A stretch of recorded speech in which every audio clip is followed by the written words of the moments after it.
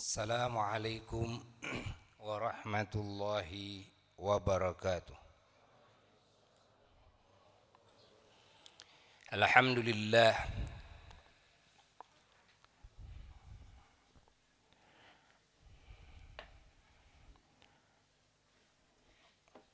wa afdhalus salati wa atammu taslimi ala sayyidina Rasulillah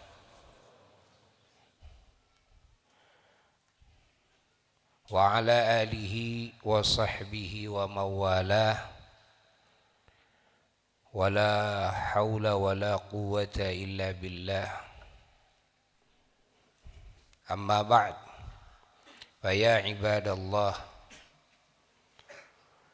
usikum khususan usi nafsi bitaqwallah faqad fazal muttaqun.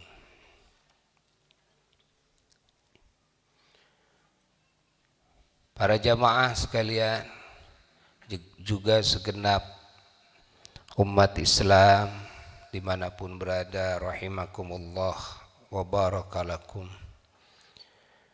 wa hafizakum wa ra'akum min kulli su'in wa makruh fid dunya wal akhirah. Kita di pagi hari ini mendapatkan anugerah yang sangat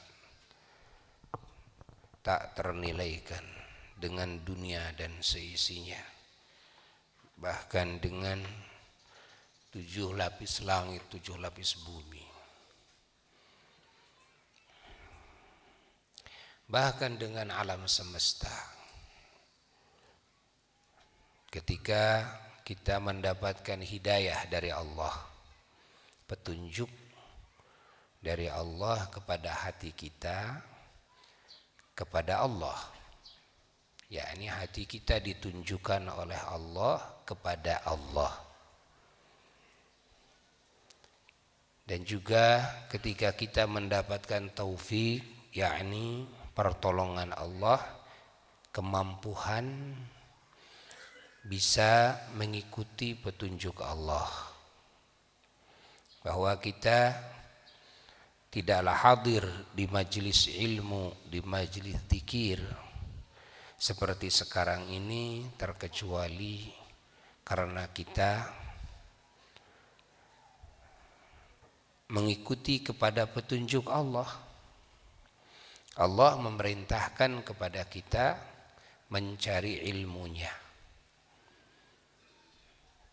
baik itu ilmu keimanan, keyakinan, akidah, juga ilmu akhlak, adab, tasawuf atau tazkiyah, juga ilmu fiqih, ilmu syariat Islam,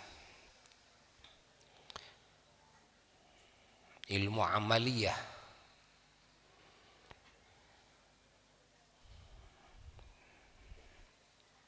Dan kita hadir dalam majelis zikir juga sama, karena kita mengikuti kepada petunjuk Allah.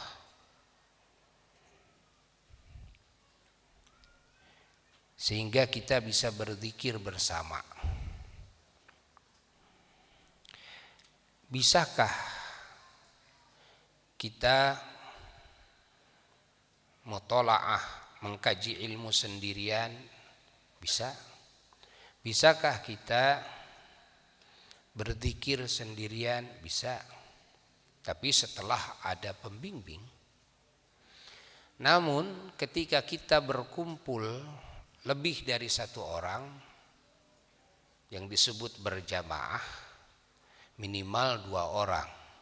Yang disebut berjamaah itu sholat, kalau berjamaah minimal 2 orang.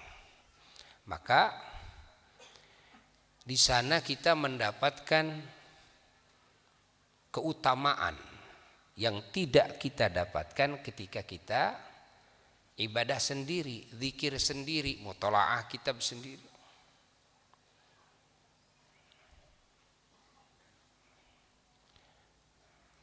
Maka makna hadir di majelis ilmu tidak mungkin sendiri.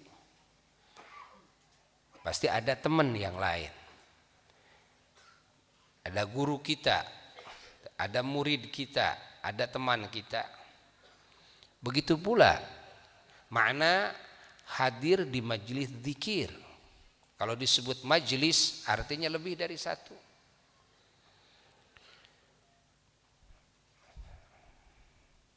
Di sini banyak perbedaan, yakni perbedaan di dalam anugerah-anugerah dari Allah Jalla Jalaluhu wahdah. Karena berjamaah ini al-jamaah, berjamaah dalam mengkaji ilmu, berjamaah di dalam zikir, berjamaah di dalam membaca Quran, berjamaah di dalam berdoa, berjamaah di dalam sholat, hatta berjamaah dalam tidur saja, berjamaah dalam makan saja.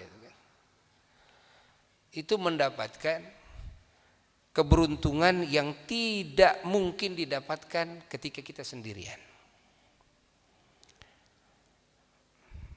Maka ini salah satu makna daripada makna-makna ahlus sunnah wal jamaah. Apa itu ahli sunnah? Kan? Ahli sunnah itu adalah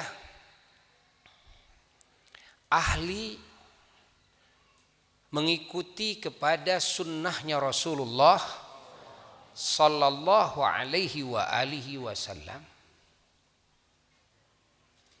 dengan sanad-sanad mata rantai yang jelas. Ini ahli sunnah. Mata rantai yang menyambung kepada Sayyiduna wa Maulana Muhammad sallallahu alaihi wa alihi wasallam. Ini makna ahli sunnah. Banyak yang bertanya-tanya, apa sih yang disebut ahli sunnah wal jamaah? Ahli sunnah wal jamaah apakah yang suka kunut? Ini yang ahli sunnah wal jamaah, yang enggak kunut bukan ahli sunnah wal jamaah. Bukan itu patokan ahli sunnah wal jamaah. Patokan ahli sunnah wal jamaah dari makna ahli sunnah yang pertama ini, maknanya adalah ahli sunnah itu adalah orang yang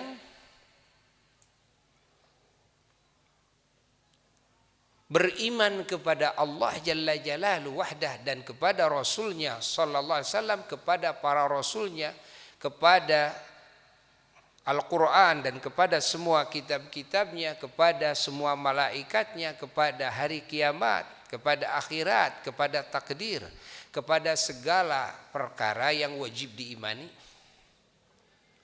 Lalu yang disebut ahli sunnah itu dan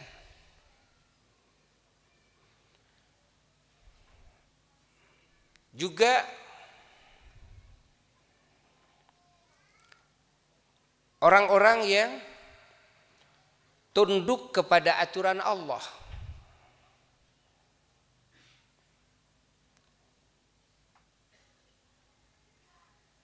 Orang-orang yang menjalankan perintah Allah, yang menjauhi larangan Allah.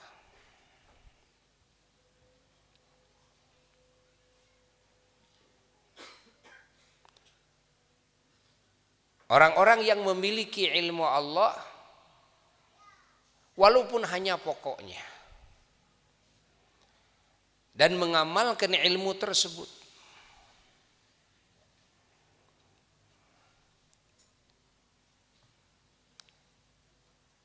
Yang mana keimanannya ini, ilmunya ini, amaliyahnya ini dia terima dari ulama Allah yang tersambung, keilmuan ini tersambung, amaliyahnya tersambung, semua ajarannya tersambung, sunnahnya ini tersambung kepada Sayyiduna wa Maulana Muhammad sallallahu alaihi wa alihi wasallam. Ini ahli sunnah ya.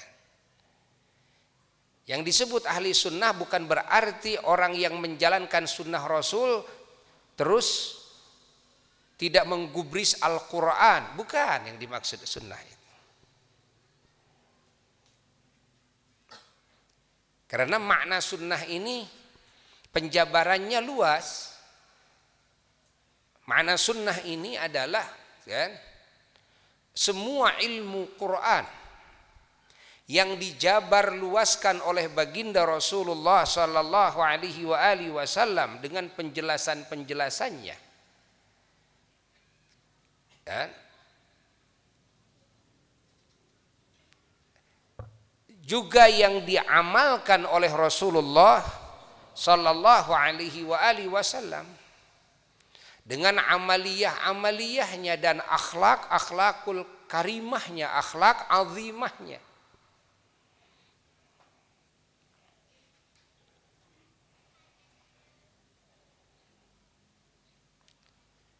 Lalu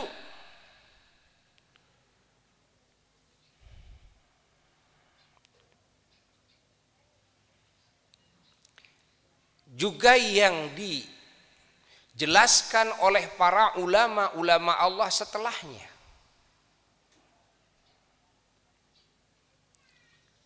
Dari mulai sahabat-sahabat Rasulullah sallallahu alaihi wasallam, tabi'in, tabi'in, lalu turun temurun kepada para ulama setelahnya yang thiqat, yang terpercaya, sampai kepada guru-guru kita dari kalangan ulama Allah yang terpercaya. Ketika kita mengambil ilmu Allah, kan, dari guru-guru kita ulama Allah yang terpercaya,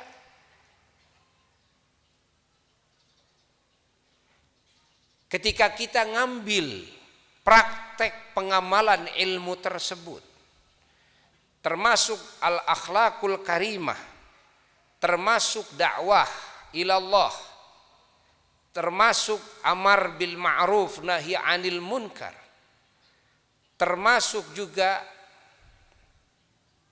at-ta'lim, at-tabligh, mengajarkan ilmu, mengajarkan amaliyah, mengajarkan dakwah, mengajarkan tazkiyah kepada yang lain. Ini ta'lim.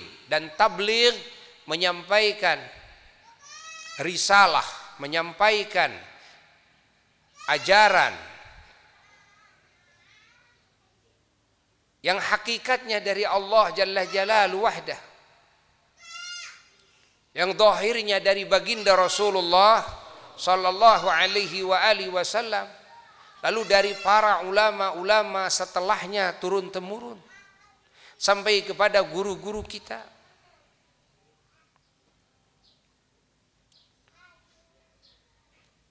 Nah, kita jika menerima ajaran tersebut, tidak menentangnya,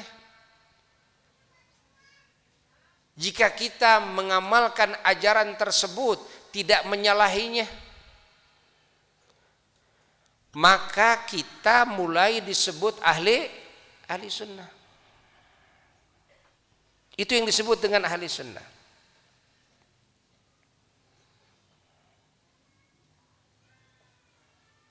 Walaupun tidak hafal Quran, walaupun tidak hafal hadis, tahu agama, tahu Allah, tahu Nabi, dan tahu kepada cara ibadah kepada Allah, tahu aturan-aturan Allah, bagaimana perintah Allah, bagaimana larangan Allah, bagaimana janji-janji Allah, bagaimana ancaman-ancaman Allah, tahu hukum ini wajib, ini sunnah, ini haram, ini makruh, ini mubah atau jaiz, atau boleh-boleh saja dalam segala sendi kehidupan, zahir dan batiniah kita. Kita tahu dari siapa? Kita tahu dari ulama yang terpercaya. maka seketika kita menjadi ahli sunnah. Walaupun tidak hafal Quran, walaupun tidak hafal hadis. Ini ahli sunnah. Termasuk kita menjalankan kepada ijtihadnya para ulama. Kita taklid kepada para ulama dalam menjalankan aturan Allah sesuai dengan keputusan ijtihadnya para ulama-ulama ahli ijtihad. Nah, ini ahli sunnah namanya.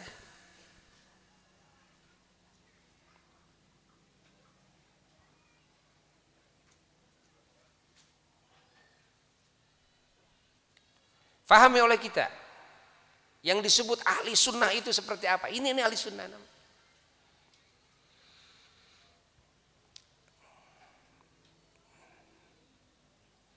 Kita terima ilmu keyakinan, ilmu iman, ilmu tazkiyah, ilmu fiqih, ilmu syariat. Dari siapa? Dari ulama. Percaya? Percaya. Menerima? Menerima. Kan?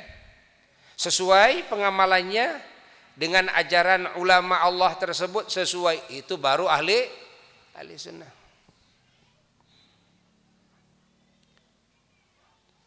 Walaupun kita tidak hafal Quran, tidak hafal hadis. Kita orang masih awam, tapi saya percaya kepada ulama-ulama Allah atas ajaran yang diajarkan oleh ulama Allah kepada saya. Keyakinan saya tersambung kepada Rasulullah sallallahu alaihi wasallam. Kan? Melalui siapa? Melalui guru saya. Ilmu Islam, kan? Ilmu syariat, ilmu hukum. Perintah Allah, larangan Allah, saya tahu.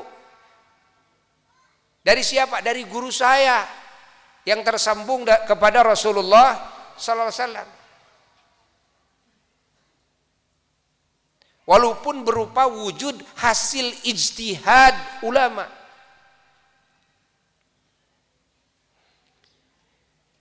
Dengan praktek amaliyahnya, bahwa wudu yang benar begini, sholat begini dan sebagainya, begini, kan? Dari mana saya terima? Saya terima dari guru saya, ulama, dan tersambung sampai siapa? Sampai Rasulullah sallallahu alaihi wasallam. Walaupun boleh jadi di dalam urusan fiqih berbeda. Saya kunut, kamu tidak. Atau saya tidak, kamu kunut. Dan, tapi ketika pemahaman ini di dalam fikih yang berbeda itu sama-sama tersambung kepada Sayyiduna wa Maulana Muhammad sallallahu alaihi wasallam, ingat, ini ahli sunnah.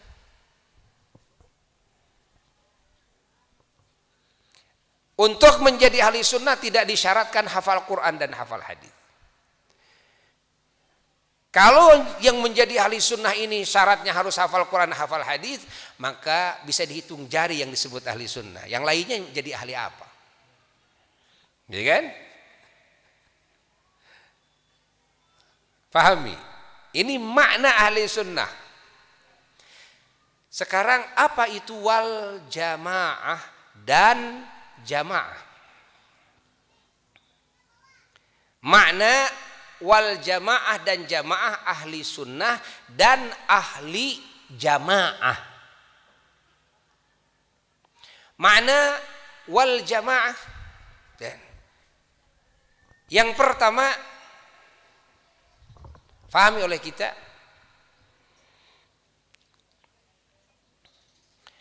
adalah jamaah yang pertama ini maknanya adalah orang yang percaya dan orang yang mengikuti hasil keputusan jamaahnya para ulama ahli ijtihad. Ingat, jamaahnya para ulama ahli ijtihad, yaitu ijma'nya para ulama dari mulai zaman sahabat Rasulullah SAW radhiyallahu anhum ajma'in, lalu ijma'nya para tabi'in, ijma'nya para tabi'it tabi'in.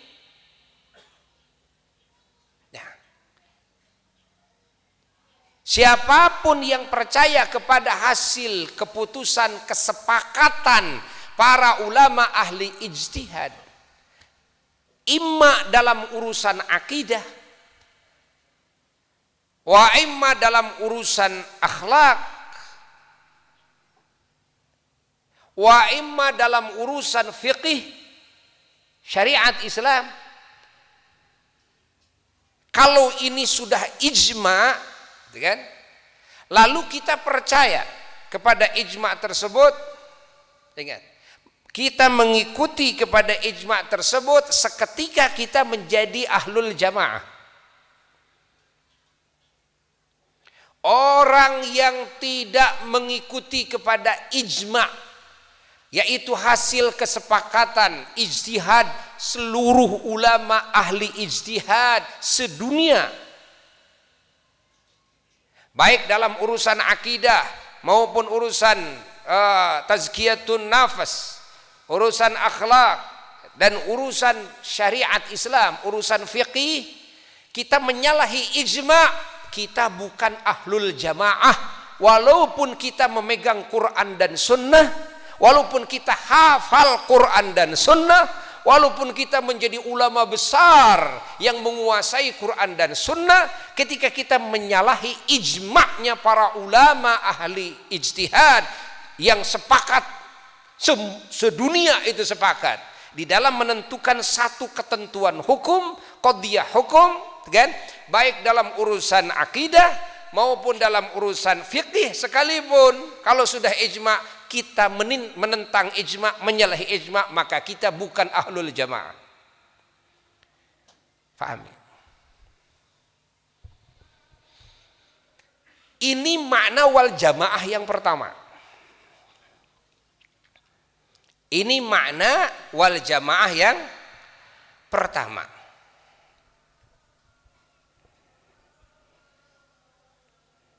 Fahami?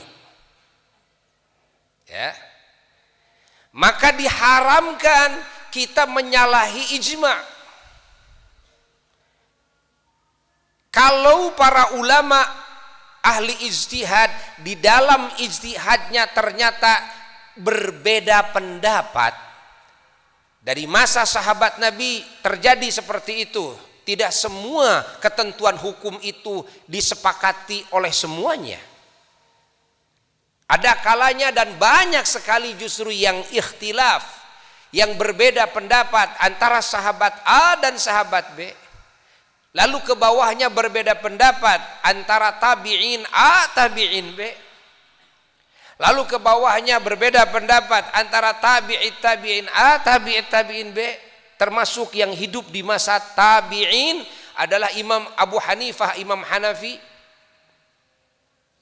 Imam Ja'far As-Sadiq radhiyallahu anhum ajma'in, kan?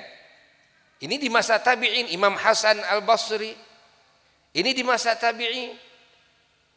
Lalu ada yang di bawahnya masa tabi'it tabi'in, termasuk Imam Malik bin Anas, Imam Syafi'i, Imam Muhammad bin Idris Asy-Syafi'i, Imam Ahmad bin Hanbal, Imam Ishaq bin Rahaweh. Ini di masa tabi'it tabi'in. Adapun Imam Malik bin Anas sebagian, ya, pendapat ulama masuknya ke tabi'in, dan sebagian pendapat ulama masuk kepada tabi'it tabi'in. Beliau ini di dalam menentukan ketentuan hukum, itu kan, ada hukum-hukum yang belum ditentukan di zaman Rasulullah Sallallahu Alaihi Wasallam karena datangnya kejadian-kejadian yang baru. Yang dibutuhkan para ulama-ulama ahli ijtihad berijtihad, lalu berijtihadlah mereka semua.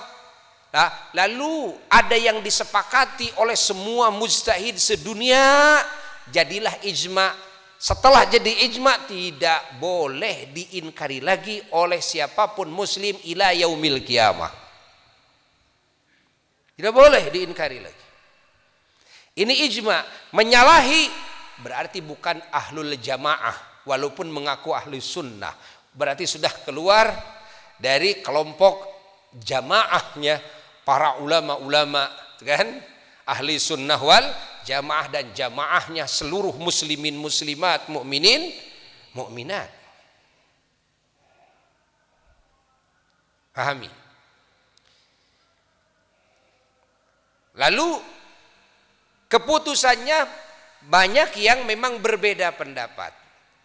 Nah, ini yang disebut dengan mukhtalaf fih, yang diikhtilafkan.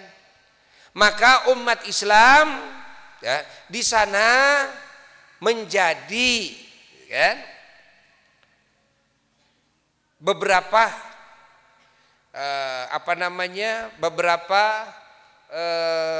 cara. Ada yang cara mengikuti pendapatnya, hasil ijtihadnya seorang sahabat A. Ada yang mengikuti seorang sahabat B. Ke bawahnya sama. Ada yang mengikuti seorang tabi'in A. Ada yang mengikuti tabi'in B. Ke bawahnya sama. Ada yang mengikuti tabi'in A. Ada yang mengikuti tabi'in B.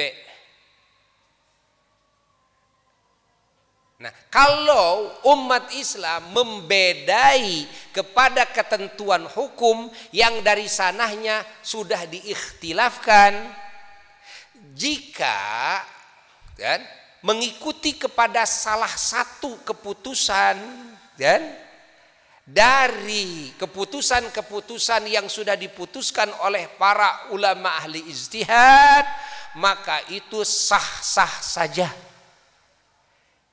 Tidak boleh disebut dan perbedaan itu mengakibatkan kepada dikeluarkannya orang yang berbeda pendapat dengan kita dari wilayah ahli sunnah wal jamaah. Enggak boleh.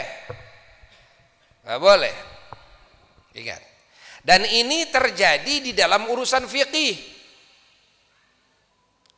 Adapun dalam urusan akidah, urusan tauhid sama sepakat. Dalam urusan fikih ada berbeda, ada yang disepakati, yang diijmakan, ada yang diikhtilafkan. Nah, di sini ada perbedaan antara Imam Maliki dengan Imam Syafi'i, dengan Imam Hanafi, dengan Imam Hambali. Lalu murid-muridnya ada yang mengikuti ke sini, ada yang ini mengikuti ini mengikuti ini, gitu kan? Ke bawahnya umat Islam juga sama. Ada yang mengikuti Imam Syafi'i, ada yang mengikuti Imam Malik, ada yang mengikuti Imam Abu Hanifah, ada yang mengikuti Imam Ahmad.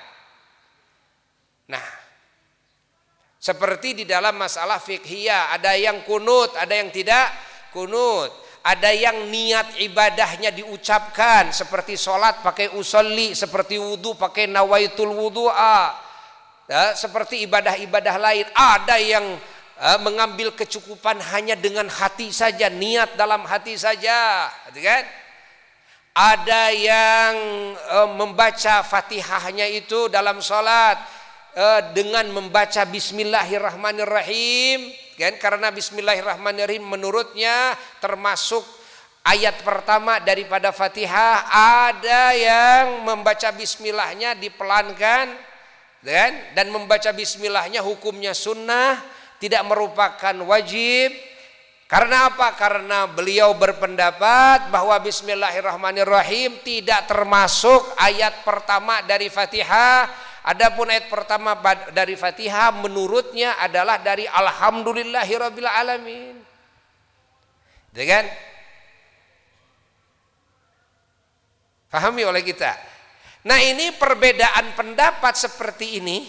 Ada yang telunjuknya kalau asyhadu an la ilaha illallah dalam tasyahud hanya digerakkan satu kali. Asyhadu an la ilaha illallah, gitu kan?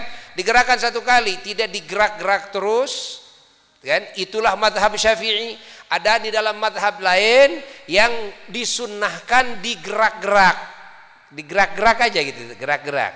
Setelah asyhadu an la ilaha illallah terus digerak-gerak sampai salam itu digerak-gerak. Dan hukum menggerak-gerakannya di dalam mazhab tersebut juga sunnah.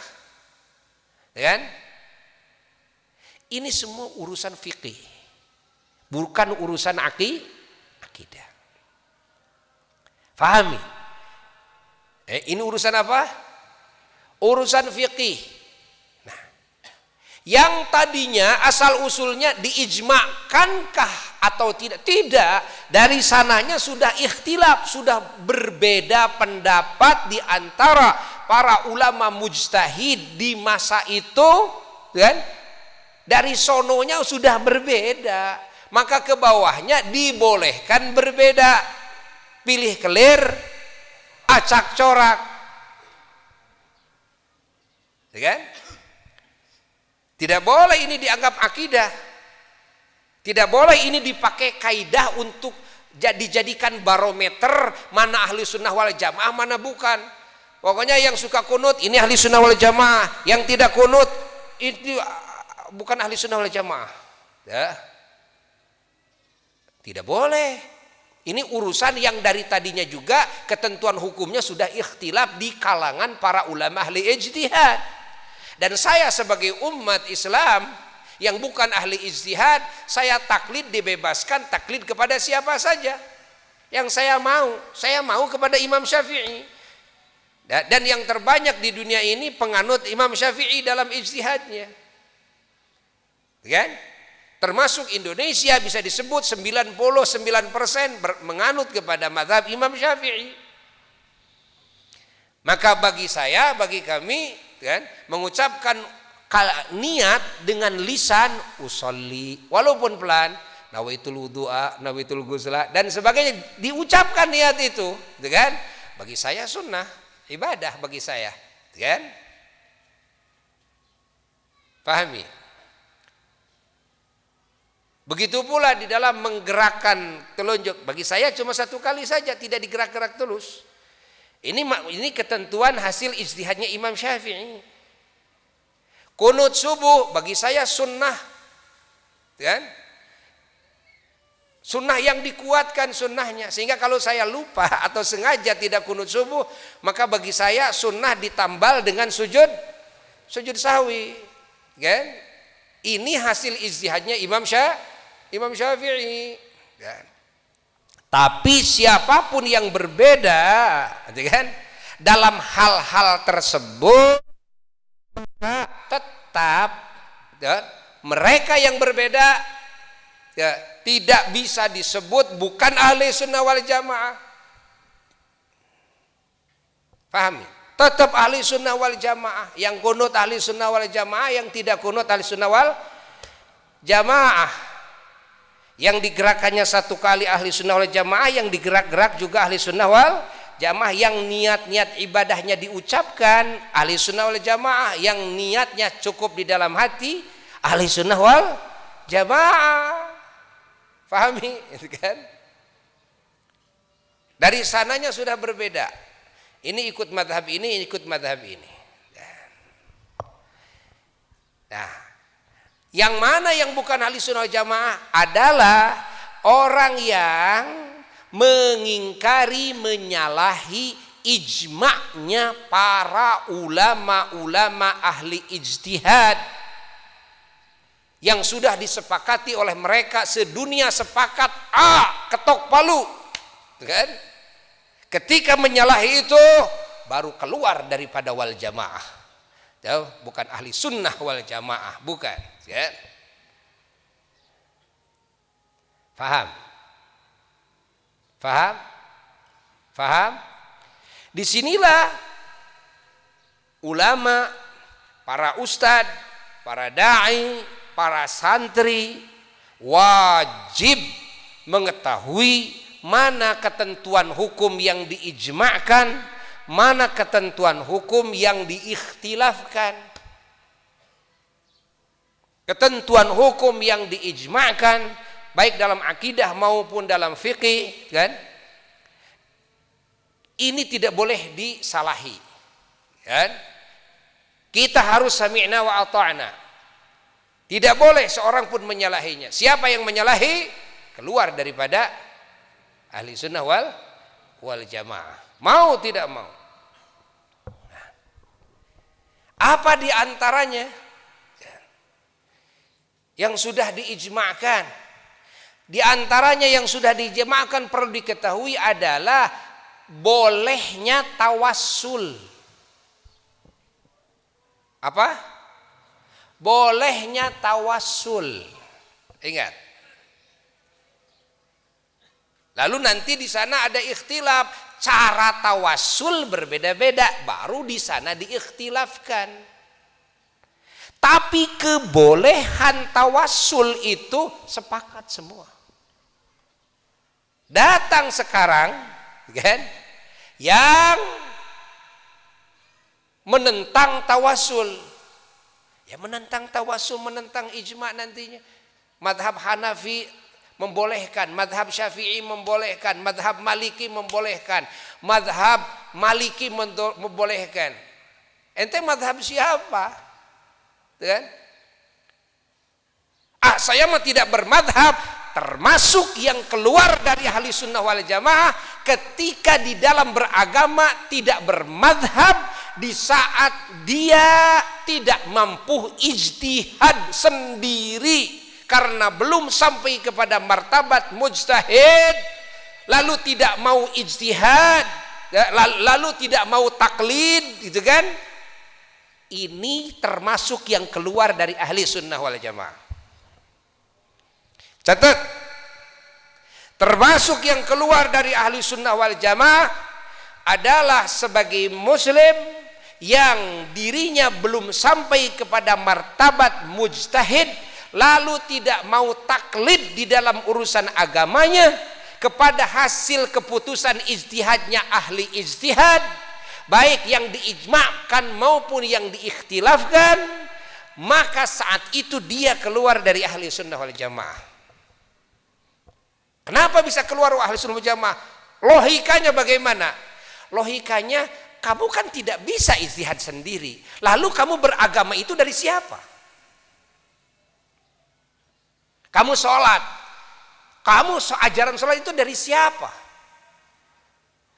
Kamu bisa sholat seperti itu, kata kamu ini yang benar sholat nih, wudhu yang benar begini nih, saum yang benar begini nih.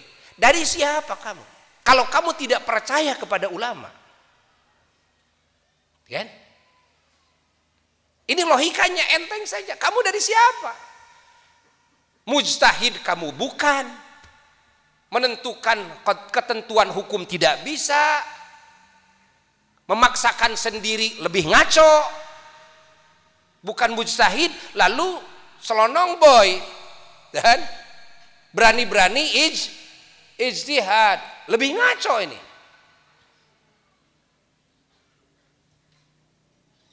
Coba agama kamu itu pertanggungan jawabannya bagaimana tuh? Kamu mujtahid bukan, taklid tidak mau, kan? Kepada Allah, kan? Kamu tidak kenal, wahyu tidak turun, Rasul bukan. Kepada Rasul kamu tidak ketemu. Kalau kamu ketemu dengan Rasul, silakan seperti sahabat, langsung dari Rasul. Sekarang kamu bagaimana mungkin langsung dari Allah wahyu tidak turun kepadamu? Bagaimana mungkin kamu langsung dari Rasul ketemu dengan Rasul juga tidak? Harus ada dulu ulama yang kamu percayai, lalu kamu taklid sumun dawuh kepada keputusan ulama tersebut, dan ulama itu ahli ijtihad. Karena tidak semua ulama ahli ijtihad. Kebanyakan yang disebut ulama itu kebanyakannya adalah muqallid. Semuanya juga kebanyakannya yang disebut ulama pengarang-pengarang kitab itu muqallid, taklid.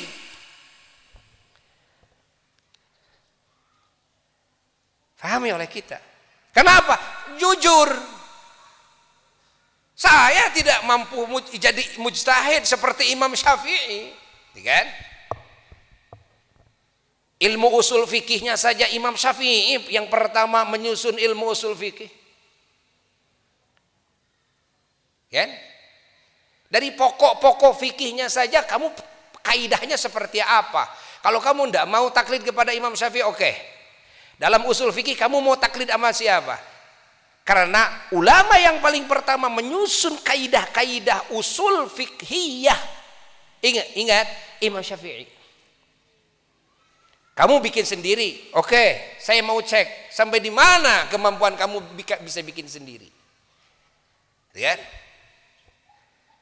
kita belum pernah mendengar hatta ulama sekalipun, dan yang dikasih kemampuan oleh Allah seperti halnya Al-Imam Syafi'i.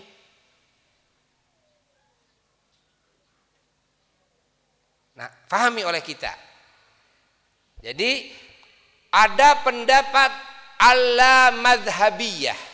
Apa arti alla madhabiyah? Adalah tidak perlu madhab. Adalah tidak perlu taklid kepada pemilik-pemilik madhab, pendiri-pendiri madhab. Yakni yang dimaksud tidak perlu taklid kepada hasil buah ijtihad para ulama-ulama mujtahid mutlak, yang mana mujtahid mutlak itu adalah pendiri madhab itu. Al-Imam Syafi'i, Imam Ahmad bin Hanbal, Imam Abu Hanifah, Imam Malik bin Anas radhiyallahu ta'ala anhum ajma'in. Orang yang punya pendapat seperti ini keluar dari ahli sunnah wal jamaah. Kenapa? Karena agamanya diragukan. Kamu dari siapa? Dari Allah ketemu, dapat wahyu. Dari Rasul langsung ketemu dengan Rasul. Hah? Jawab. Tidak. Terus dari siapa kamu hingga kamu percaya bahwa ini harus begini, ini jangan begini, ini harus begini, ini jangan begini. Kamu dari siapa kamu percaya? Akidahmu kepada Tuhanmu, kan? Akidahmu kepada nabimu, akidahmu kepada segala yang wajib diyakini. Dari siapa kamu percaya? Kalau kamu jujur, maka kamu pasti akan menyadari kepercayaan itu ternyata kadang bergantung kepada orang tua sendiri. Saya tahu Allah dari ibu saya, dari bapak saya. Saya tahu Rasul dari ibu saya, dari bapak saya, gitu kan? Sebelum berbicara ulama Imam Syafi'i, yang paling dekat siapa? Orang tua. Tahu agama dari siapa? Dari ibu, dari bapak yang mengajarkan saya begini. Lalu saya diantarkan ke ustadz. Lalu berkembang lagi keilmuan, gitu kan? Dari siapa? Dari ustadz, gitu kan? Lalu saya mesantren ke ulama, ya.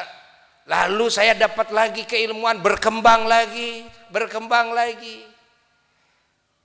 Apa yang saya terima dari ibu saya percaya. Yang saya terima dari ustadz saya percaya. Saya yang terima dari ulama saya percaya. Kepercayaan pertama adalah kepada orang-orang yang mengajarkan agama yang lebih dekat dengan kita, yang mana kita ketemu dengannya. Kalau kita tidak percaya kepada ulama yang mengajarkan ilmunya kepada kita bahwa itu dari Nabi, bahwa itu dari Allah, maka tidak mungkin sampai agama ini kepada Nabi, kepada Allah. Terputuslah agama ini. Kenapa? Saya tidak percaya kepada ulama. Coba tidak percaya kepada Imam Syafi'i, Imam Malik, Imam Ahmad, Imam Abu Hanifah. Lalu agama yang mana yang sah dipercayai oleh kamu? Ibadah yang mana? Aturan hukum yang mana yang sah ditaati oleh kamu? Karena kamu udah gak percaya. Kalau bilang langsung kepada Quran, ingat, langsung kepada hadis. Langsung saja kepada Quran dan hadis, langsung kepada Quran dan hadis. Tidak mungkin untuk bisa kembali kepada Quran dan hadis harus ulama yang sudah menguasai cara untuk menyelami makna Quran dan menyelami makna hadis. Baru ulama-ulama ini bisa kembali kepada Quran dan hadis. Orang bodoh seperti saya bagaimana mungkin bisa kembali kepada Quran dan hadis? Kartos ente.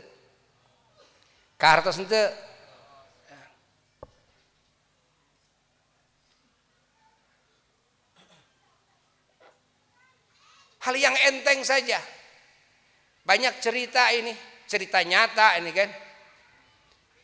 Mau nanyakan itu, tanyakan ke Bah Google katanya. Tanyakan ke HP. Ternyata HP-nya dikunci oleh orangnya. Begitu dikunci, dioprek, nggak terbuka juga. Akhirnya kebingungan. Bisakah kembali kepada Google? Bisa enggak? Tapi orang yang tahu kuncinya, dia buka kuncinya langsung buka Google, dia bisa tanya ke Google, bisa kembali ke Google. Orang yang tidak tahu cara bukanya nggak bisa kembali ke Google. Apakah umumnya umat Islam ini bisa tahu kembali kepada Quran, membuka makna-makna Quran dengan sendirinya? Membuka makna-makna hadis dengan sendirinya, sehingga dia bisa kembali kepada Quran dan hadis ketika ada hal-hal yang tidak dia ketahui? Mungkin bisa enggak? Yang bisa hanya siapa? Ya yang tahu kuncinya tadi. Udah menguasai ilmu alatnya, menguasai ilmu itu, menguasai ilmu ini yang berkaitan dengan bagaimana cara membuka kunci-kunci makna-makna Quran dan Sunnah. Baru orang seperti ini benar omongannya, saya kembali kepada Quran dan hadis. Buktikan siapa yang berani mengatakan kembali kepada Quran hadis dengan sendirinya. Dan kita yang sudah menguasai ilmu Quran dan hadis pun, ingat, kita tetap harus percaya kepada ulama-ulama Allah, kan? Yang mengajarkan keilmuan Al-Quran dan hadis itu kepada kita, dan yang mengajarkan semua alat-alatnya, kan, untuk membuka kunci-kunci makna Quran dan Sunnah itu. Kita harus percaya kepada mereka. Kalau tidak percaya, tidak mungkin kita bisa kembali kepada Quran dan hadis. Kepercayaan kepada mereka itulah yang disebut dengan taklid. Faham? Faham tidak? Fahami oleh kita semua. Dan ketahuilah, hatta ulama mujtahid yang sampai kepada martabat bisa berijtihad sendiri sekalipun, mereka tidak sekonyong-konyong ujug-ujug jadi mujtahid. Tidak, perjalanannya panjang. Bisa puluhan tahun sampai menjadi mujtahid. Dan juga penopang-penopang, pendorong-pendorongnya, wasilah-wasilahnya, asbab-asbabnya harus mendorong, mendukung. Di zaman kita ini pendukung-pendukungnya sudah tidak ada untuk menggiring seseorang menjadi mujtahid seperti Imam Syafi'i, tidak ada. Di zaman Imam Syafi'i saja sudah jarang sekali, hingga dihitung jari sedunia, padahal ulama banyak di muka bumi saat itu. Tapi yang sampai kepada martabat mujtahid mutlak dihitung jari, kan? Dihitung jari. Dan setelah itu penopang-penopang wasilah-wasilahnya udah banyak yang hilang, kan? Kemampuan otaknya juga, akalnya menurun, ingat. Maka akhirnya semua jujur, akhirnya semuanya angkat tangan, kami tidak bisa sampai kepada martabat mujtahid mutlak seperti Imam Syafi'i, Imam Ahmad. Itu yang masih ada di masa hidupnya mereka. Bagaimana yang setelahnya? Lalu ketika kita jujur, kita merasa tidak sampai kepada martabat mujtahid mutlak, apakah kita harus memaksakan diri menjadi mujtahid? Lah, tidak boleh. Mau tidak mau kita harus menjadi muqallid. Mungkin kita jadi mujtahid, itu pun harus sudah terkuasai semua kriterianya yang sangat sulit sekali. Namun paling mujtahid di dalam cabang. Mungkin mujtahid dalam cabangnya cabang, far'ul far'i, ada mujtahid mutlak. Mutlak itu usul wa furu', pokoknya dan cabangnya. Ada mujtahidnya hanya cabang doang. Ada mujtahidnya cabang juga, dari cabangnya bercabang lagi, yang paling ujungnya itu kan. Hayati oleh kita semua, ya. Hayati oleh kita semua. Orang yang tidak percaya kepada madhab yang 4, orang yang tidak mau taklid kepada para mujtahid, dari para ulama-ulama mujtahid, ini orang yang keluar dari ahli sunnah wal jamaah. Karena tidak mungkin bagaimana nyampainya kepada Nabi, bagaimana nyampainya, kan? Ini keluar, pemikiran kamu mengeluarkan kamu dari wilayah ahli sunnah wal jamaah. Ini bahaya ini. Dan bahaya. Kamu harus jujur. Kalau kamu sampai kepada martabat mujtahid, ijtihadlah kamu, jangan taklid. Benar bahwa taklid itu haram, tapi khusus bagi orang yang sudah sampai martabatnya kepada martabat mujtahid. Tapi bagi orang yang belum sampai, maka hukum taklid itu jadi wajib. Kalau tidak, malah jadi dosa, malah memutuskan mata rantai. Kamu dari siapa? Mikir sendiri kan kamu tidak mampu. Tapi kan saya, hasil pemikiran saya banyak yang akur dengan hasil pemikiran Imam Syafi'i. Kebetulan itu mah. Ayah bener, ayah kebenaran beda. Dan, paham tidak? Kebetulan dan betul ya tidak sama lah. Kan? Tidak sama. Ya. Orang yang betul itu ilmiah. Kan? Semua kriterianya lengkap. Ya. Sehingga orang yang sudah lengkap kriteria mujtahid, jangankan betul, kalau kesalahan sekalipun itu dianggap betul.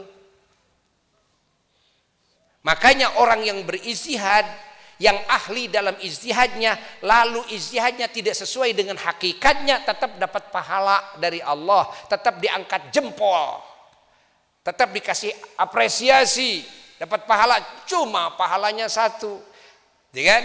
Tapi orang yang ahli ijtihad lalu berijtihad dan ijtihadnya sesuai dengan hakikatnya, maka dia dapat pahalanya 2. Jadi yang salah juga ahli ijtihad itu tetap benar. Tapi orang yang bukan ahli ijtihad, tidak sampai kepada martabat mujtahid, lalu dia selonong boy ijtihad sendiri, lalu dia sama hasil ijtihadnya dengan ahli ijtihad yang lainnya, maka benarnya kebenaran, kebetulan, betulnya kebetulan.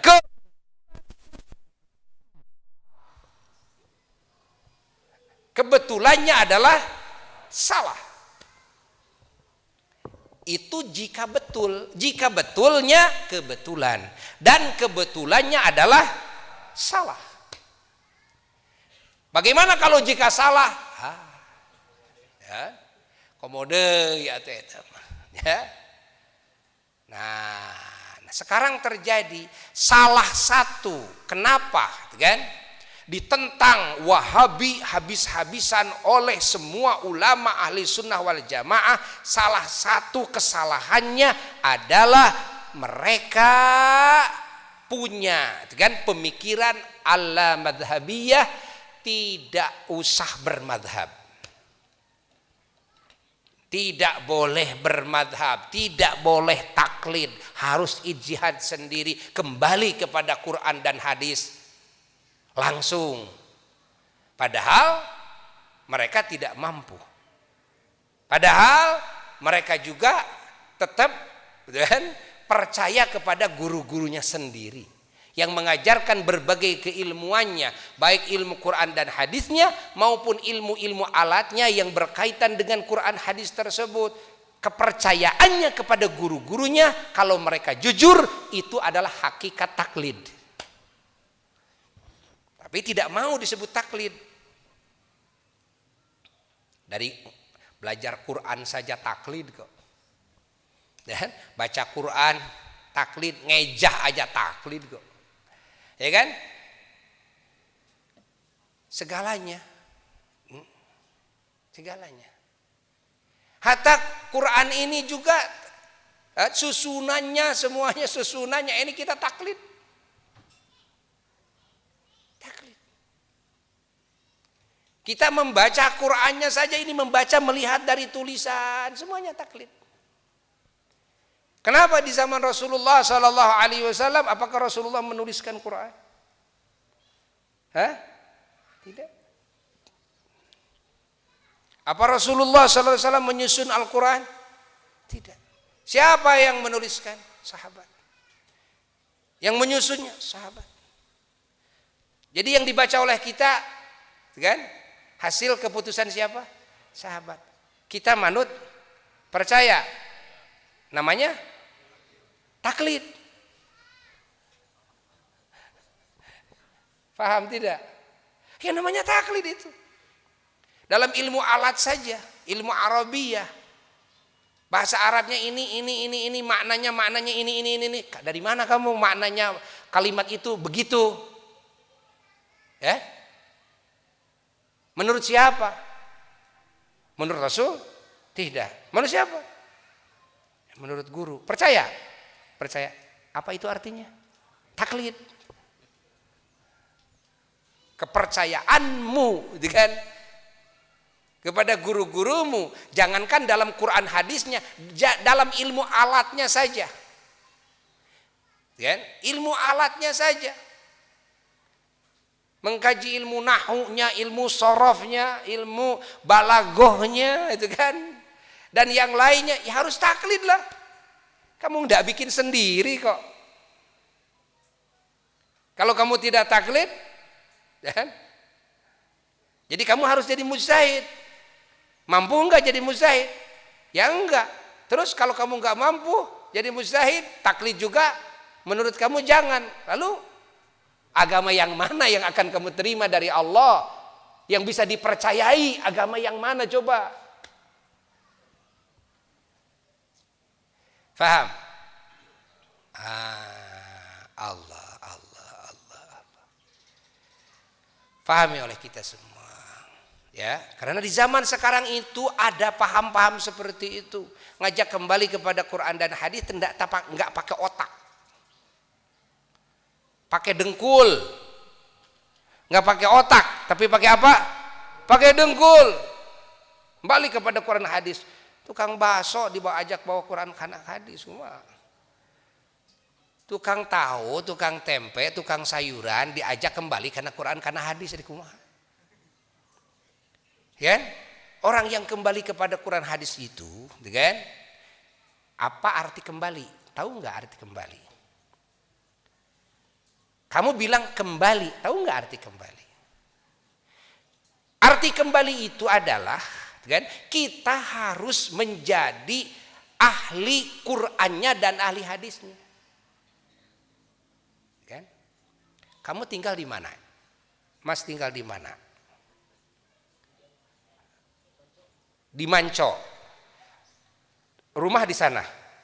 Oke. Terus suka bepergian. Bepergian. Di antaranya sekarang pergi kemana? Ke Simpang. Sekarang di Simpang. Nanti mau kembali. Kemana kembali? Ke Manco lagi. Berarti arti kembali itu, dan Anda aslinya orang mana? Orang Manco. Anda kampungnya di mana? Di Manco. Kehidupannya di mana? Di Manco. Kembali kepada Quran hadis itu, kan? Ingat, artinya kita ini adalah ahli Quran. Kehidupan kita itu adalah di dalam wilayah ilmu Quran, di dalam wilayah ilmu hadis. Kampung saya adalah Quran, saya adalah hadis. Ilmu Quran, ilmu hadis adalah kampung saya.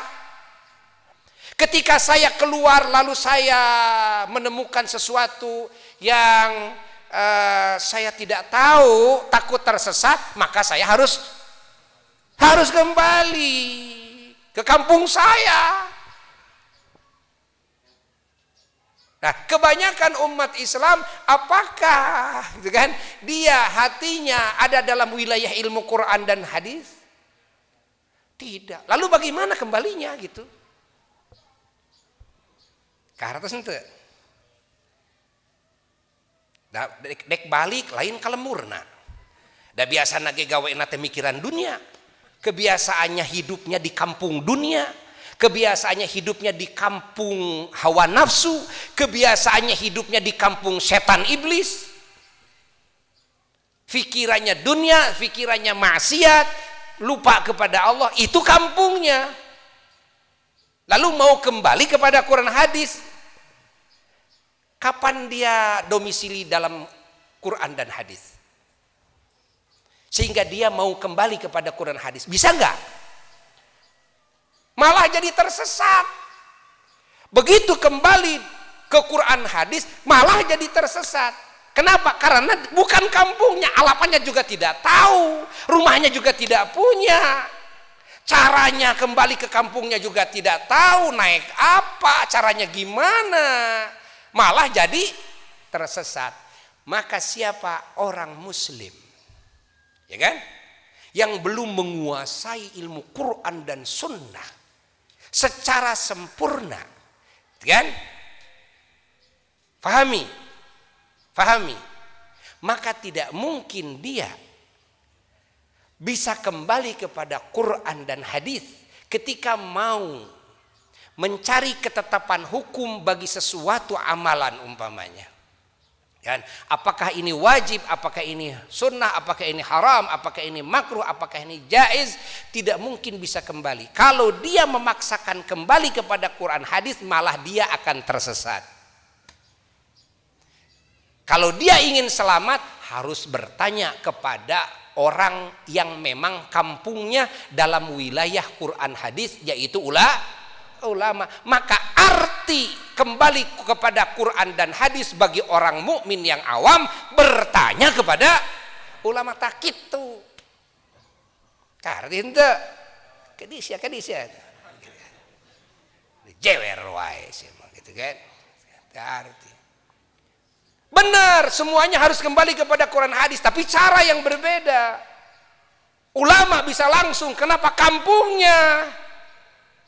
Bukan ulama tersesat.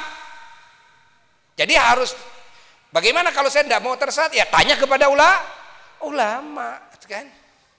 Paham? Saya juga sama, kata tukang rambet, tukang nyangkul, tukang ojek. Saya juga sama, kalau ada masalah-masalah agama yang saya tidak ngerti, saya juga kembali kepada Quran hadis. Cuma saya caranya bertanya kepada ulama. Kenapa? Saya sadar Quran dan hadis bukan kampung saya. Kampung saya fulus. Kampung saya hiburan. Kampung saya gapleh, domino, kan? Catur, gitu kan? Ini kampung saya, paling bager ngusep. Kampung saya, itu kan, beger. Kampung siapa? Ya itu kampung saya. Karena ente. Tapi kalau saya ada masalah agama yang kikuk, saya juga kembali kepada Quran hadis, kan? Namun caranya saya bertanya kepada ulama, kan? Karena hanya ulamalah yang merupakan ahli kampung Quran, ahli kampung hadis tersebut. Eces ente.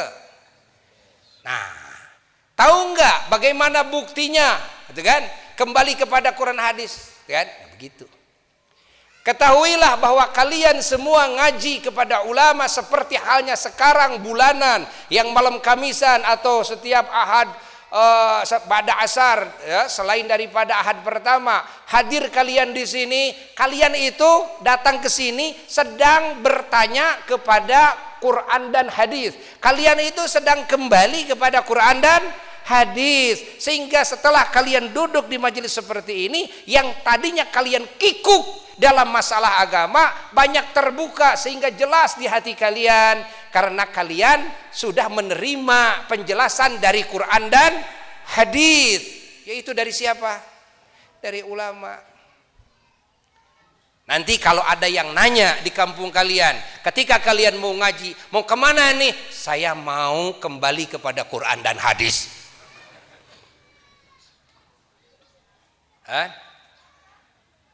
Kaharti henteu ayeuna mah. Kembali kepada Quran hadis. Tak makna ayat Quran yang disebutkan dalam Quran kembali kepada Quran hadis itu ya begitu maknanya. Prakteknya yang ngaji kepada ulama, bertanya kepada ulama, itulah kembali kepada Quran dan hadis bagi orang-orang yang Quran hadis bukan kampungnya. Tapi kalau bagi ulama mujtahid nggak usah tanya-tanya karena di kampungnya. Maka bagi ulama ahli ijtihad haram taklid, haram lagi taklid, artinya tidak boleh bertanya-tanya. Kan? Haram taklid itu. Kenapa? Kan kamu sudah di kampung kamu. Kan? Ya kan? Lalu kamu mau bertanya kepada orang yang memang tidak ada di kampung Quran dan hadis, malah jadi ngaco nanti. Ya kan? Kahartos ente.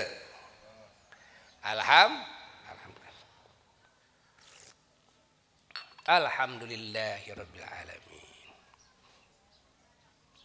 Alhamdulillahirabbil alamin. Alhamdulillahirabbil alamin. Karena Quran dan hadisnya bagi umat Islam yang masih awam adalah ulama. Adalah ulama. Itu Quran hadisnya. Kan? Ingat, Quran hadisnya bagi orang mukmin yang awam adalah ulama. Kalau kembali kepada Quran hadis artinya harus kembali bertanya kepada ulama. Artinya harus sering ngaji di majelisnya ulama. Harus mendengarkan ajaran, nasihat, arahan ulama.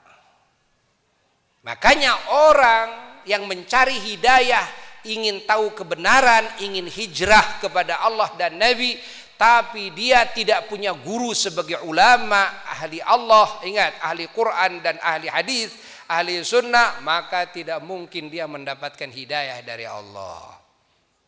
Tidak mungkin dia bisa menemukan kebenaran yang datang dari Allah tanpa menemukan dulu ulama Allah, tanpa ngaji dulu kepada ulama Allah, tanpa mau menyimak dulu nasihat, arahan, ajaran dari ulama Allah, tanpa percaya kepada ulama Allah, tanpa taat kepada ulama Allah, tanpa menjalankan isyarat-isyarat dari ulama Allah.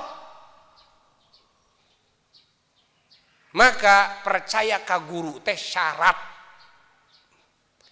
Ingat, syarat, ingat. Syarat naon? Syarat sahnya menerima agama.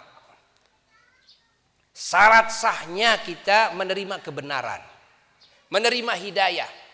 Syaratnya harus percaya kepada guru. Yang dimaksud guru di sini adalah ulama Allah yang agamanya, ilmunya, amaliyahnya, akhlaknya, akidahnya semuanya tersambung kepada Sayyiduna wa Maulana Muhammad sallallahu alaihi wa alihi wasallam. Allah. Buya sekarang nyeling bahasan kitab ini, kan? Nyeling dengan bahasan ini karena darurat. Darurat bagaimana? Sekarang banyaknya pemikiran-pemikiran yang disebarluaskan lewat FB, lewat YouTube, disebarluaskan lewat radio, lewat surat kabar, majalah, buku-buku yang dikarang, disebarluaskan dari pemikiran-pemikiran yang seolah itu benar, Quran dan hadis, padahal sudah jauh panggang daripada api. Dan lalu orang yang ngaji kepada ulama dianggap mereka bukan kembali kepada Quran hadis. Orang yang ngaji kepada ulama, orang yang menerima ajaran ulama, orang yang menerima arahan ulama, menjalankan isyarat-isyarat ulama, seolah dia itu tidak kembali Quran hadis. Fahami? Karena yang dianggap Quran hadis oleh mereka adalah tulisan. Begitu ditanya oleh Buya, jadi kalau begitu yang dianggap oleh kalian Quran hadis itu tulisan. Oh bukan, apa makna daripada tulisan? Tahukah kepada makna daripada tulisan tersebut kalau bukan ulama? Hah? Bisa tahu enggak? Ya, kalau ulama yang tahu, kan? Jadi artinya makna daripada Quran hadis ini yang disuguhkan kepada umat Islam. Walaupun ayat Qur'annya umat ini tidak hafal, walaupun hadisnya tidak hafal, tidak masalah.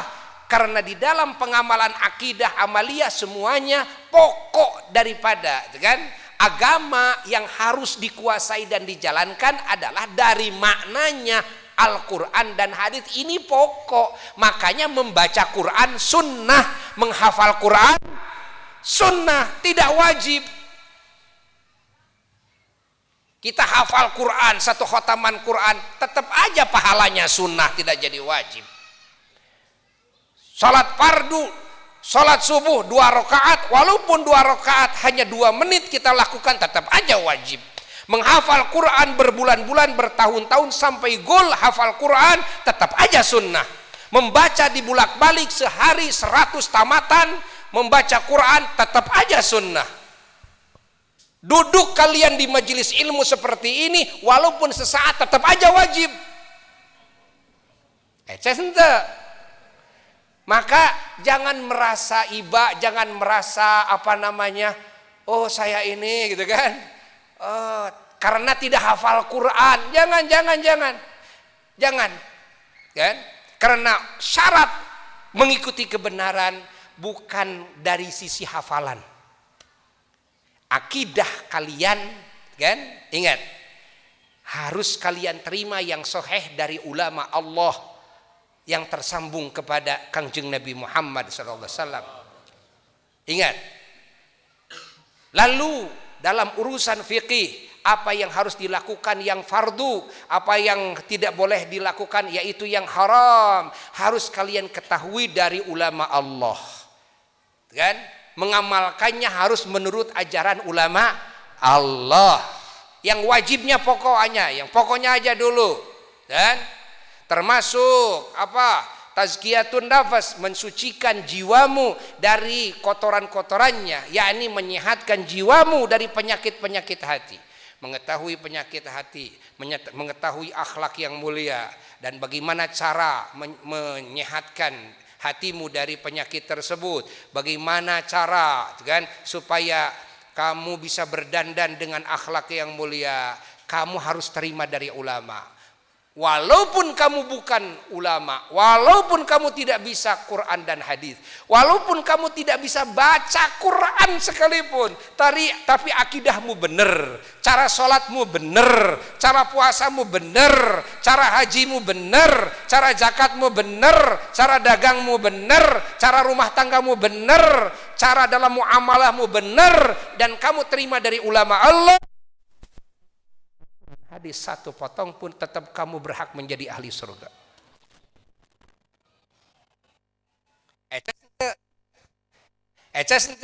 Kamu hafal Quran, kamu membaca Quran sehari 10 tamatan, kamu hafal seluruh hadis, tapi akidahmu ada yang menyimpang, lalu menganggap Allah di aras, Allah di langit seperti kaum Wahabi, kamu tidak bisa berhak masuk surga. Kenapa? Sudah kurang ajar kepada Allah. Karena akidahmu menyimpang. Masa Allah disebut di aras? Aras itu kan baru diciptakannya. Tadinya juga yang ada kan cuma Allah. Alam semesta semuanya diciptakan oleh Allah dari tidak ada dulu. Kan? Lalu diciptakan oleh Allah aras, maka adalah aras. Aras itu baru. Setelah aras diciptakan, Allah pindah ke aras. Kapan pindahnya? Bawa kasur? Bawa ranjang? Langit itu baru. Kan? Tadinya juga tidak ada. Yang ada cuma Allah sendirian kok. Ya kan? Lalu Allah ciptakan langit, adalah langit. Setelah ada langit, Allah pindah ke langit. Kapan pindahnya? Ecas ente, tak ecas baik, kadi saya sing deket. Kumaha ngaji itu balik, gitu kan? Namanya tauhid goblok, sudah disebut oleh Buya. Goblok teh naon? Logor, tauhidnya teh tengepas gitu. Tapi mereka hafal Quran. Wahabi itu hafal Quran hadis, bisa bahasa Arab, datangnya juga dari Arab kok, bukan dari Indonesia. Iya kan? Itu Wahabi itu produk Arab yang datang ke Indonesia ini. Ya kan? Hafal Quran hadis, ingat. Tapi ada yang menyimpang dalam akidah. Ini bahaya. Kalau menyimpang dalam urusan fikih paling sampai haram. Tapi kalau menyimpang dalam akidah itu bisa murtad. Bisa kufur. Na'udzubillah min dzalik, tsumma na'udzubillah, tsumma na'udzubillah. Kalian hafal Quran dan hadis, tapi kalian tidak mau taklid kepada para ulama ahli ijtihad, apalagi mengajak yang lain jangan bertaklid kepada para ulama ahli ijtihad. Ingat, hadis tapi kamu sudah keluar dari ahli sunnah wal jamaah. Ini arti jamaah yang pertama. Karena arti jamaah itu banyak. Apa sih ahli sunnah wal jamaah? Ahli sunnah sudah. Wal jamaah itu apa? Itu yang pertama. Kan? Orang yang percaya kepada ijma'nya para ulama mujtahid. Paham? Ijma' itu apa? Hasil ijma' itu kesepakatan kan para ulama mujtahid sedunia di dalam menentukan satu ketetapan hukum. Nah, kalau sepakat namanya ijma'. Semuanya, seluruh mazhab, semuanya, semua ulama, kan? Namanya ijma'. Allah. Paham tidak? Apalagi jamaah yang kedua maknanya. Makna jamaah yang kedua adalah fahami oleh kita. Jamaah yang kedua adalah jama'atus sahabah wat tabi'in wa tabi'it tabi'in. Jamaahnya para sahabat Nabi, para tabi'in, para tabi'it tabi'in. Pahami?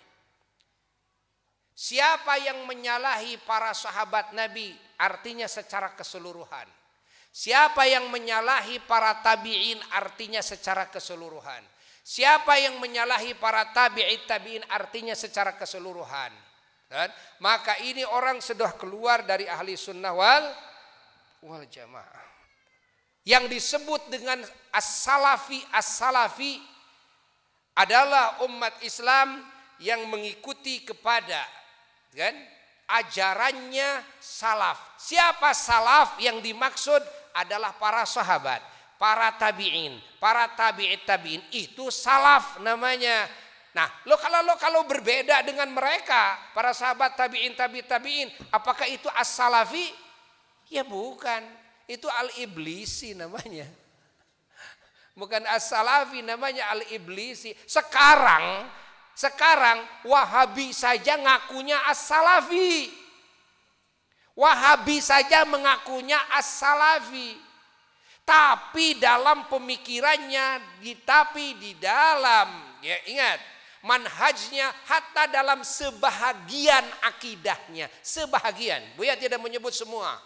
Karena Wahabi juga yang lainnya banyak sekali sesuai, benar, kan? Kalau benar ya disebut benar, jujur. Kalau salah ya disebut salah.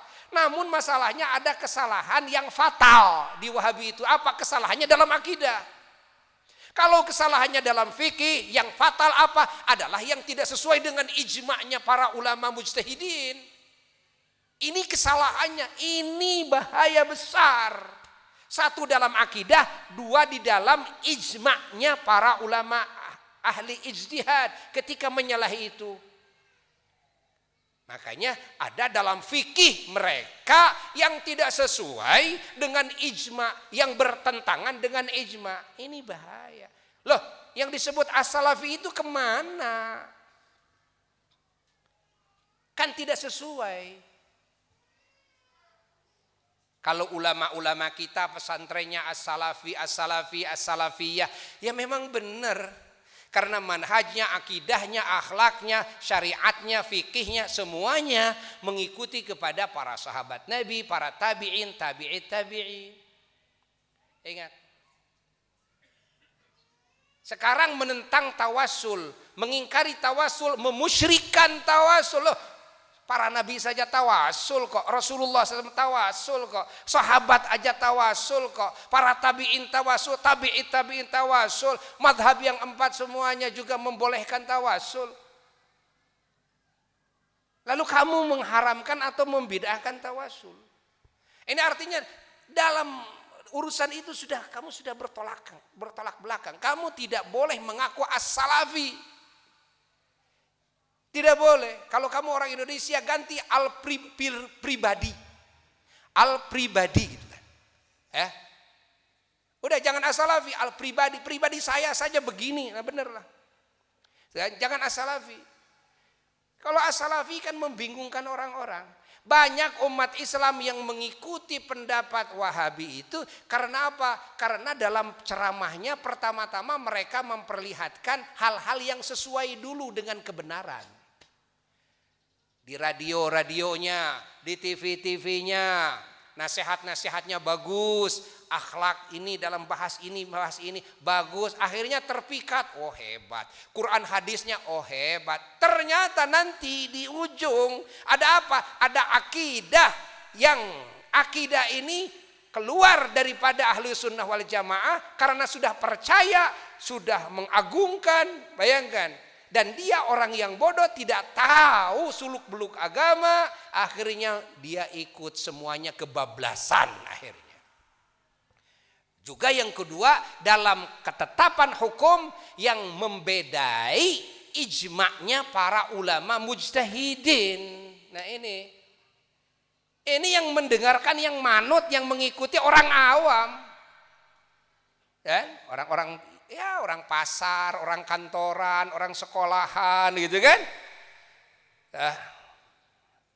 Subhanallah. Ini terjadi. Dan Buya ikut menyaksikan karena ada di masanya. Makanya berkewajiban untuk membuka kan, permasalahan ini di publik sehingga masyarakat umat Islam tahu persis apa nih yang disebut ahli sunnah wal jamaah ini apa nih. Nah begitu, ahli sunnah wal jamaah itu begitu, kan? Ini makna jamaah yang keberapa? Yang kedua, pahami? Makna jamaah yang keberapa? Yang kedua, Allah. Dan makna jamaah yang ketiga dan yang keempat, kan? Insya Allah lain kali. Karena yang pokoknya di situ, ya. Di antaranya yang ketiga. Jamaah itu adalah kelompok yang terbanyak. Kan? Kesepakatan dari kelompok yang terbanyak. Ini makna sabda Rasulullah sallallahu alaihi wasallam, "Alaikum bisawadil a'zam." Kalian semua harus memegang teguh, kan? Kepada as-sawadil a'zam, kelompok yang terbanyak. Ya ini lihat, kesepakatan kelompok yang terbanyak. Karena yang terbanyak itulah yang mengikuti kebenaran. Kan? Ketika voting nanti yang diambil yang mana? Ya yang terbanyak. Oh kan mungkin saja kebenaran ada di pihak yang lebih sedikit. Ya apalagi yang terbanyak lebih mungkin lah. Ya kan? Ya mungkin saja yang terbanyak yang salah. Ya apalagi yang sedikit lah lebih mungkin salahnya. Paham tidak? Maka Buya kepada umat Islam, jangan kamu melihat di kampungmu. Jangan kamu melihat di majelismu. Jangan kamu melihat di kotamu. Kalau melihat kebenaran itu siapa yang lebih banyak? Lihat sedunia. Lihat sedunia. Mana yang paling banyak? Yang tukang tawasul? Yang tara tawasul model mana? Yang membolehkan tawasul atau yang membid'ahkan tawasul? Lihat di mana yang lebih banyak. Kalau yang lebih banyak suka yang membolehkan tawasul, yang tukang tawasul, ingat kemungkinan besar kebenaran adanya di sana. Logika yang jalan pasti jika ingin mengikuti kebenaran dia akan mengikuti kelompok yang terbanyak. Eces ente, gitu.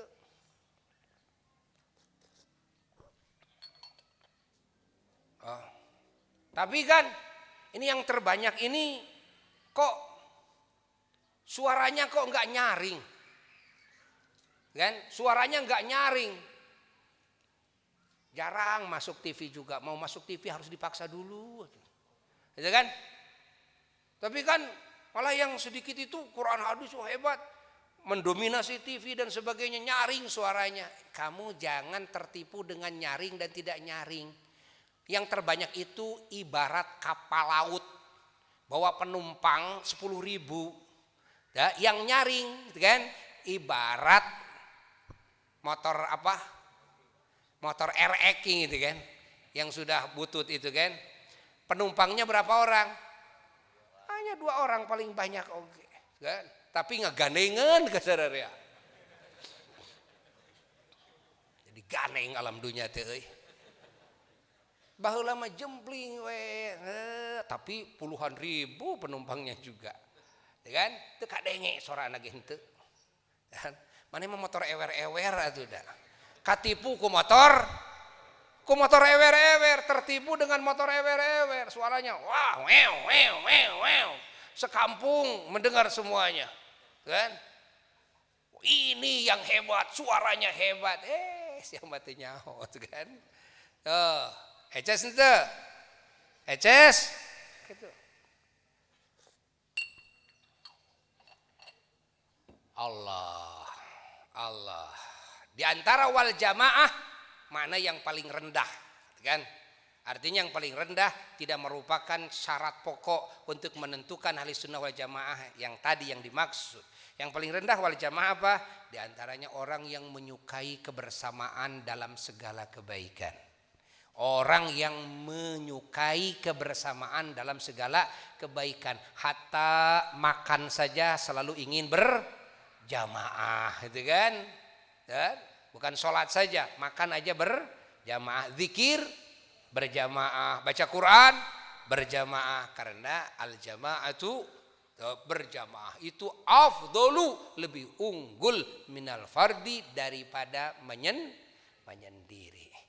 Kembali kepada makna yang tadi, kita hadir di majelis ilmu, makna majelis ilmu dan majelis zikir. Jadi jangan disamakan. Saya juga baca Quran kok sendirian. Beda sendirian dan berjamaah. Saya juga sholat, beda sendirian dan berjamaah. Saya juga berzikir, beda sendirian dan berjamaah. Benar gak? Kamu bercinta sendirian menghayal rek jadi anak, mul. Eta pamajikan anjeun bisa reuneuh ku sabab naon? Berjamaah. Teu berjamaah mah moal boga turunan ieu. Eces henteu.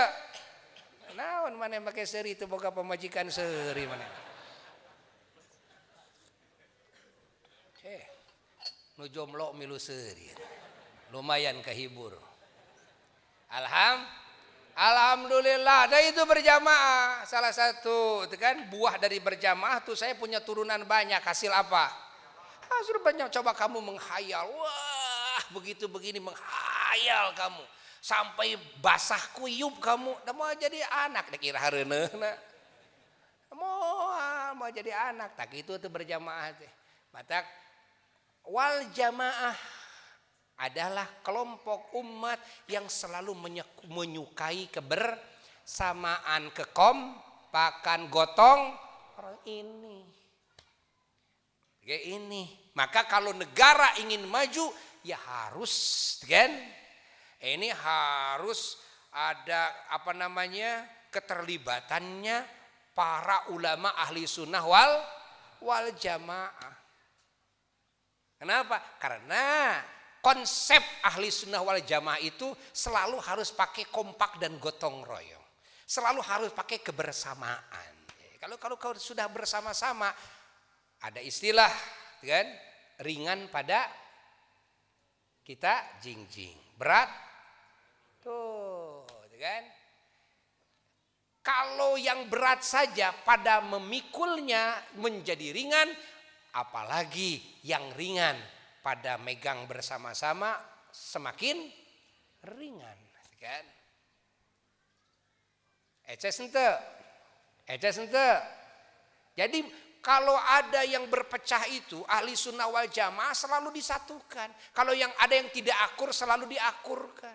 Kalau ada yang bermusuhan selalu diislahkan. Bukan yang dari dulunya sudah akur lalu gara-gara datang ustadz itu akhirnya jadi berantakan, kan? Ini bukan wal jamaah, bukan wal jaramah namanya. Kamu boleh ahli sunnah tapi tidak wal jamaah jadi wal jaramah mana mah. Gitu kan? Yang tadinya akur kok tetangga dengan tetangganya jadi bertengkaran, suami istrinya bertengkaran. Gara-gara apa? Gara-gara datang pemikiran ustadz seperti kamu. Harusnya umat ini jangankan sesama muslim, dengan non muslim pun harus rukun, dengan non muslim pun harus akur, dengan non muslim pun harus saling bantu, dengan non muslim pun harus saling menghargai, dengan non muslim pun harus saling memberi, harus saling menyayangi, apalagi dengan sesama muslim. Tapi datang kamu, itu kan, pakai Quran, pakai hadis, ceramah di sana di sini, sesama muslim aja kok bertengkar, sesama muslim jadi berperang, apalagi kepada non muslim kamu habisi semuanya. Sesama muslim saja kamu bunuh. Subhanallah. Gara-gara apa? Gara-gara hilang wal jamaah. Sunnahnya tadi sambungannya putus, tidak sampai Nabi Sallallahu Alaihi Wasallam. Wal jamaahnya nggak ada. Tapi ingat kan, Wahabi itu sampai sekarang ngakunya ahli sunnah wal jamaah. Catat tuh. Padahal ISIS, aliran keras itu lahirnya ya dari situ. Buya kasih tahu, ya kan? ISIS, kan? Lahirnya ISIS ya dari situ. Fahami, yang menjadikan kesatuan persatuan umat Islam ini berpecah, ya pemikiran itu, membid'ah-bid'ahkan umat Islam, saudaranya sendiri, mengkafir-kafirkan, mensyirik-syirikan saudaranya sendiri. Ahli sholat kok disyirik-syirikin, ahli sholat dibid'ah-bid'ahin. Akhirnya apa? Akhirnya ya ada yang nerima, ada yang tidak nerima. Yang tidak nerima ya akhirnya jadi berperang lah kesananya. Gara-gara pemikiran itu.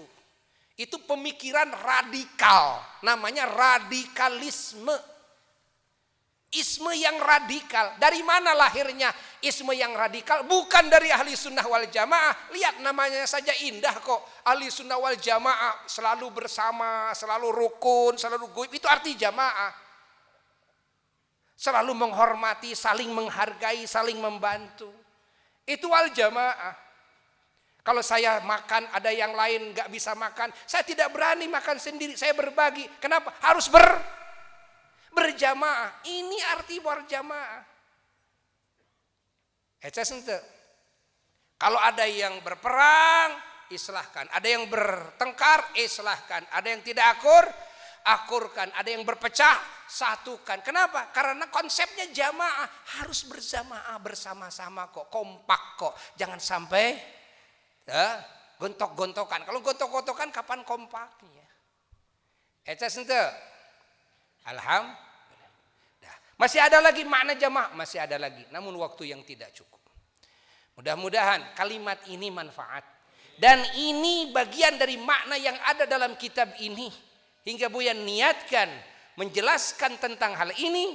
Ingat, daripada makna kitab yang mulia ini. Ya, semoga Allah Subhanahu wa taala memberikan hidayah kepada kita semuanya dan kepada semua umat, kepada segala hal yang Allah ridhai, yang Allah cintai, dan semoga selalu diberjamaahkan oleh Allah dalam segala kebaikan, dalam kebenaran, dalam segala hal yang diridhai oleh Allah, dan selalu dikumpulkan dalam rahmat Allah, keberkahan dan kasih sayang Allah dari dunia sampai surga. Semuanya berjamaah terus bersama-sama bijahin Nabi sallallahu alaihi wasallam wa bi sirri asraril Fatihah.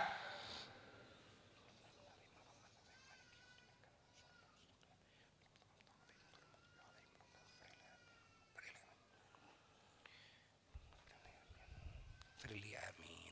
Ada dua pengumuman yang Buya harus sampaikan. Yang pertama adalah Buya punya program perjuangan agama, perjuangan menyelamatkan umat, perjuangan mengajak umat kepada Allah, ya, perjuangan memintarkan umat, perjuangan membangun segala kebaikan di umat, toh, melalui membangun pondok-pondok pesantren di seluruh kecamatan dan di seluruh kabupaten dan di seluruh provinsi yang ada di Indonesia.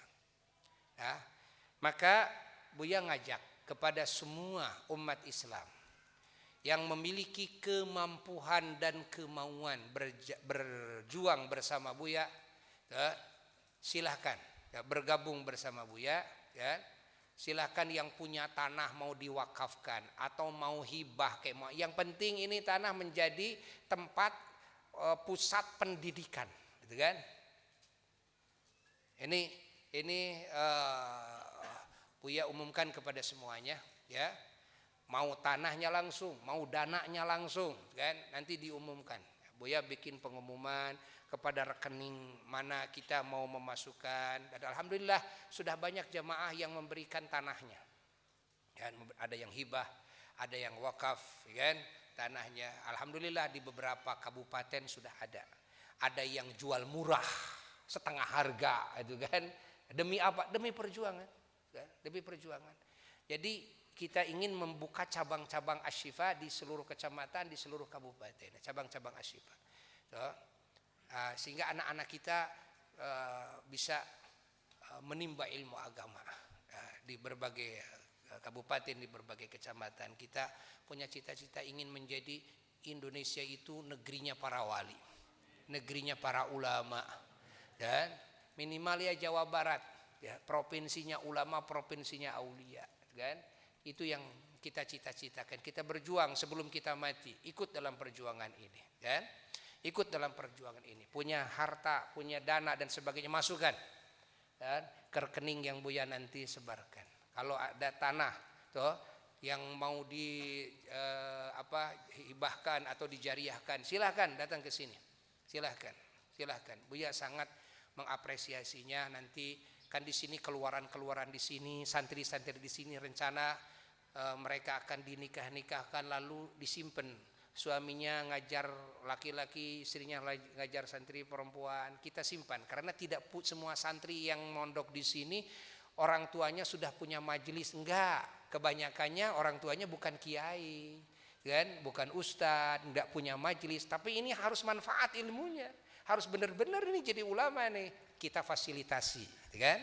Kita sudah punya tanah-tanahnya, kita bangun pesantren walaupun tidak sebesar di sini umpamanya, kita taruh 2 orang sini, udah orang sini, 2 orang di sini dengan pengajar-pengajarnya, kan? Nah, kan di sana di sini menjadi ramai, insya Allah. Ya, ini yang pertama. Dan yang kedua, bahwa Buya biasanya salah satu penghasilan untuk dengan perjuangan agama ini adalah dari umroh, kan? Adalah dari umroh. Nah, sekarang haji belum bisa pergi lagi untuk tahun ini, sudah ada keputusan pemerintah. Umroh mudah-mudahan dalam beberapa waktu yang akan datang, mungkin setelah hajian dibuka lagi untuk umroh. Maka Buya membuka umroh, Asy-Syifa umroh, silahkan daftar, kan? Ke sini boleh langsung. Yang di Sumedang, di Pangaduan Heubeul, silahkan. Insya Allah nanti kalau dibuka kita bisa berangkat umroh bersama-sama. Insya Allah, mudah-mudahan Allah memberikan kegampangan kepada kita dalam segala hal, ya. Itu didoakan oleh Buya semua yang ngaji di sini, semuanya dan keluarganya. Walaupun menyimak lewat streaming, semuanya semoga mendapatkan ilmu yang manfaat dan barokah. Dan barokahnya bagi semua anak cucunya sampai akhirnya. Keberkahan bagi usahanya, bagi jabatannya, keberkahan bagi segala anugerah yang Allah anugerahkan kepada semuanya. Sekian, bisri asril Fatihah.